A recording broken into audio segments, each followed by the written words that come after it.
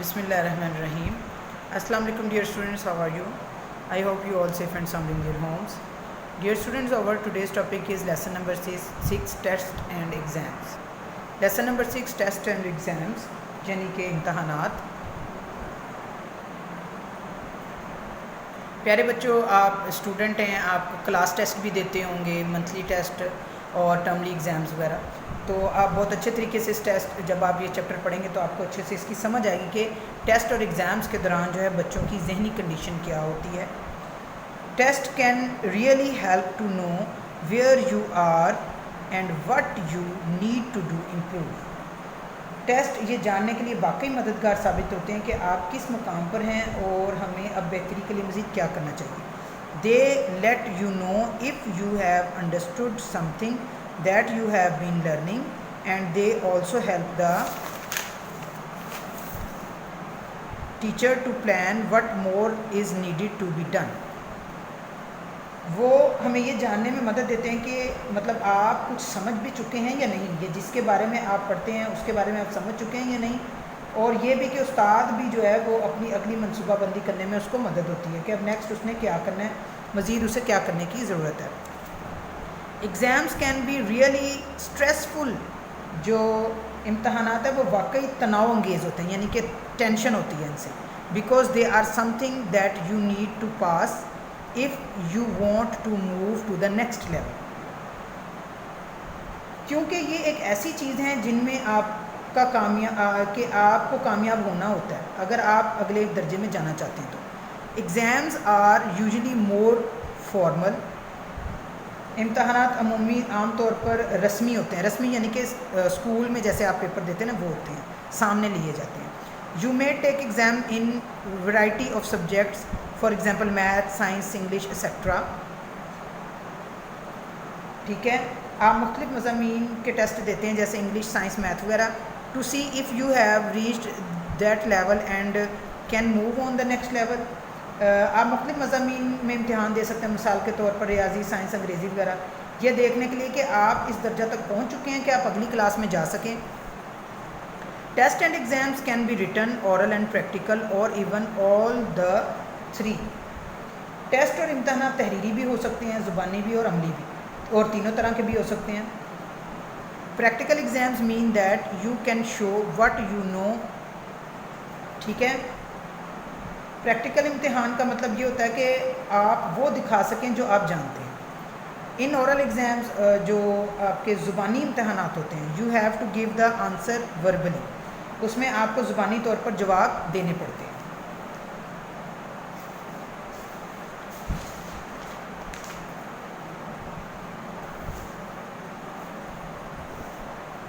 Everyone feels nervous about test and exams. हर कोई test और इम्तहानात के बारे में परेशान होता है.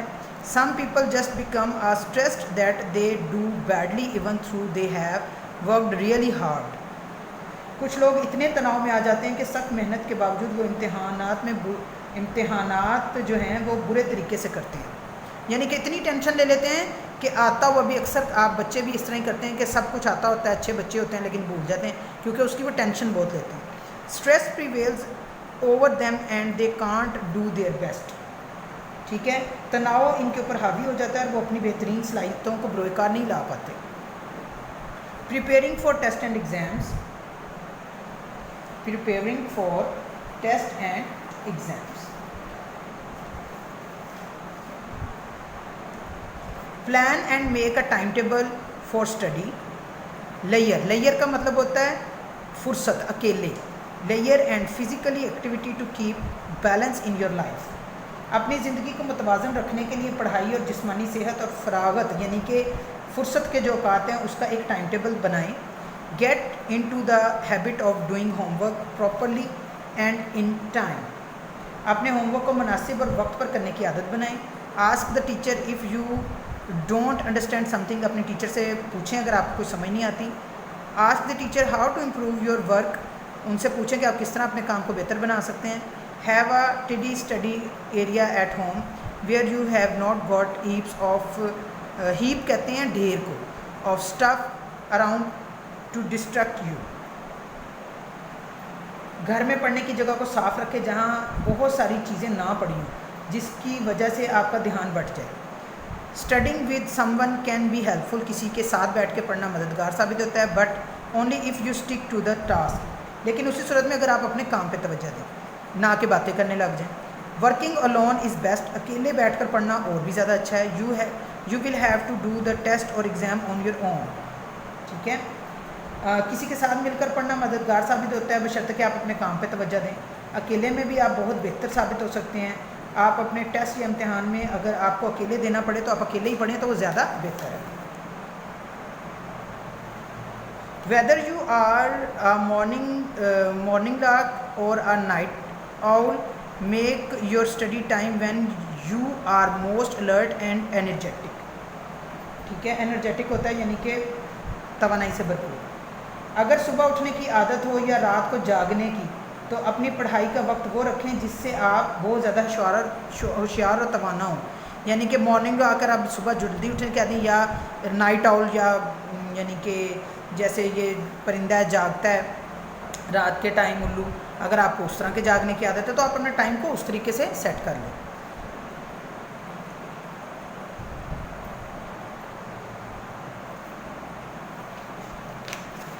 Cramming stuff into your brain just before a test or exam does not work.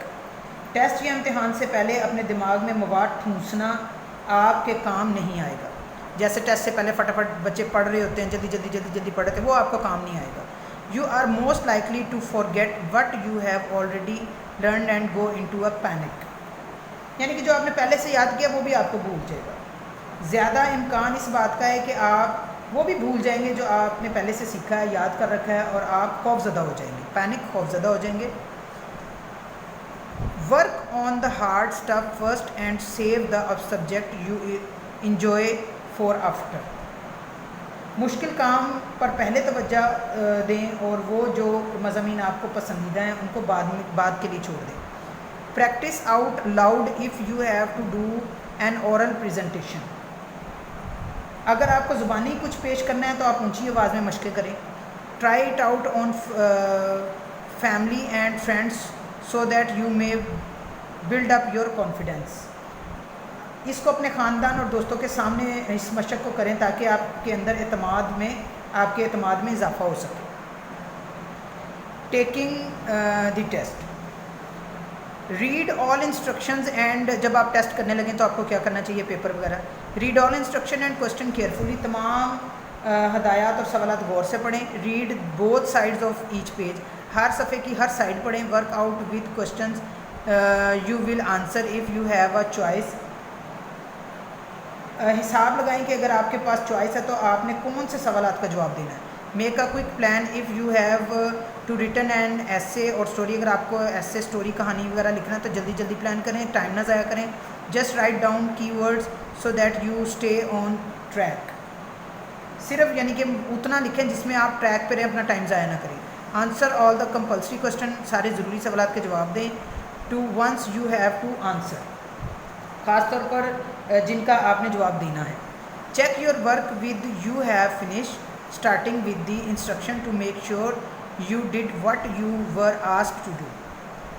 जब आप अपना काम ख़त्म कर लें तो आप अपने काम को चेक करें, हदायत से शुरू करें और इस बात का यकीन कर लें कि जो कुछ आपने किया है, करना था वही किया है। Did you have to answer every question, some question or number or question from each section, check that you have done this. क्या आपने हर सवाल का जवाब देना था, चंद सवालों का, या हर हिस्से में से बहुत से सवालों का जवाब दिया था। यानी कि चेक करना है कि क्या हमने हर चीज़ कंप्लीट कर ली है। Check your spelling and punctuation, अपने स्पेलिंग चेक करें, रमूज़ काफ चेक करें। Have you missed any word और out and does not it make sense. आपने क्या मतलब चेक कर लें कि आपने हर चीज़ को कम्प्लीटली तौर पर जो है हिज्जे, रमूज़ काफ वगैरह जो हैं वो सही तरीके से लिख लिए हैं, और क्या कोई सवाल इसका मफ़हूम रह तो नहीं गया। If you finish early give yourself a few minutes to relax then start checking your work. अगर आपने जल्दी ख़त्म कर लिया पेपर तो आप कुछ लम्हे सस्ता लें, यानी कि कुछ लम्हे के लिए अपने आप को रेस्ट दें, सिर्फ चंद सेकंड्स के लिए, ज़्यादा नहीं आप सो ही जाएं, सिर्फ चंद सेकंड्स या 1-2 मिनट के लिए अपने आप को रेस्ट दें फिर अपने काम की पड़ताल करें। पड़ताल का मतलब अपने काम को चेक करें कि क्या आपने तमाम काम मुकम्मल कर लिया है। Choose the correct punctuation. The main idea of paragraph 1 का मेन आइडिया है test. The main idea of paragraph 2 का मेन आइडिया है exams. Paragraph 3 show surprising sporting details in the form of definition. Are you a good planner? क्या आप एक अच्छा मनसूबा कर सकते हैं? मेक टिक और cross in the box. I have made a time table for my study, games and TV. मैंने तीनों चीज़ों का टाइम टेबल बनाया है, मैं कर सकता हूँ ये। I have a tidy study area at home where I don't keep things that disturbance to me. बिल्कुल ठीक। I work on the hard stuff first and prepare the subject I enjoy afterwards. ये तीनों काम हम कर सकते हैं और करते भी हैं। पेज नंबर 70 हमने यूज़ करना है can, could, will, would, should, ought और टू। ठीक है। They dash dust the furniture with this week. They will. They dash water the plants at each weekend. They should. Third में आएगा will. They will make their beds. Number 4 out to they out to clean lawn at this weekend. Number 5 would, would, they would wash dishes at this weekend. Number 6 could, could, they could weed vegetable garden.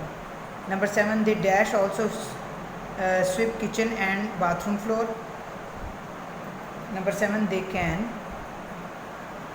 Dear students, हमारा chapter complete हो गया है। आपने इसकी reading अच्छे से कर लेनी है, एक्सरसाइज को कंप्लीट कर लेना है। इंशाल्लाह नेक्स्ट लेक्चर में अगेन मुलाकात होगी। तब तक के लिए अल्लाह हाफ़िज़।